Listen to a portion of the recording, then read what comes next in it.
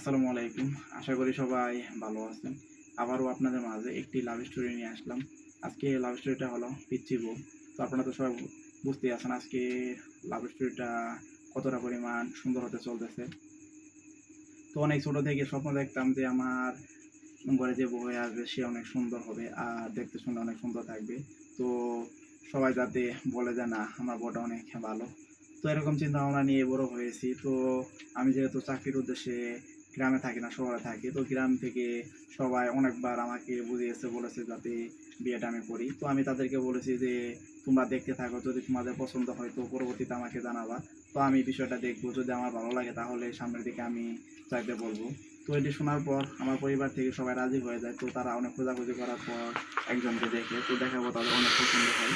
তো আমাকে সরাসরি ফোন দিয়ে বলে যে তুমি তাহলে বাড়ি চলে আসো, তুমি দেখো, তুমি যদি বলো যে হ্যাঁ তাহলে সামনের দিকে কথা বলবো।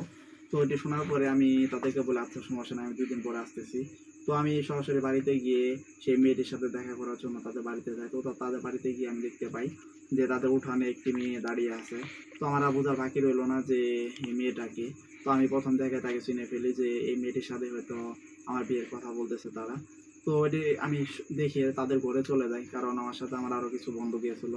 তো ঘরে গিয়ে অনেকক্ষণ বসে থাকার পর খেয়াল করলাম যে সেই মেয়েটি আমাদের জন্য শরবত এনেছে। তো তখন আরও বুঝতে পারলাম যে এই মেয়েটি, তো এই মেয়েটি একটু পিচ্ছি হলো, মেয়েটি দেখতে শুনে অনেক সুন্দর ছিল আর অনেক ভদ্র ছিল। তো আমার পরিবারের এই কারণে কিন্তু তাকে অনেক ভালো লাগে, তার ব্যবহার আচার আচরণ এগুলো অনেক ভালো লাগে। তো এইগুলা আমি দেখে সরাসরি আমরা আমাদের বাড়িতে চলে আসি। আসার পর বাড়িতে সবাইকে বলি যে তোমরা সামনের দিকে কথা বলতে পারো, কোনো সমস্যা নাই। তো আমার মেয়েটিকে অনেক ভালো লাগছে। তো আমার পরিবারের সদস্যরা তখনই ফোন দিয়ে তাদেরকে জানায় বিষয়টা। তারপরে কিভাবে সবাই রাজি হলো। আর এগুলো অবশ্যই আপনাদের মাঝে পরবর্তী কোনো লাইভ স্টোরিতে দিয়ে দিব। তো আপনারা এতক্ষণ পর্যন্ত যারা আমার লাইভ স্টোরিটা শুনলেন তারা অবশ্যই আমার চ্যানেলটি সাবস্ক্রাইব করবেন, শেয়ার করবেন। আবার দেখা হচ্ছে আপনাদের মাঝে পরবর্তী কোনো লাইভ স্টোরি।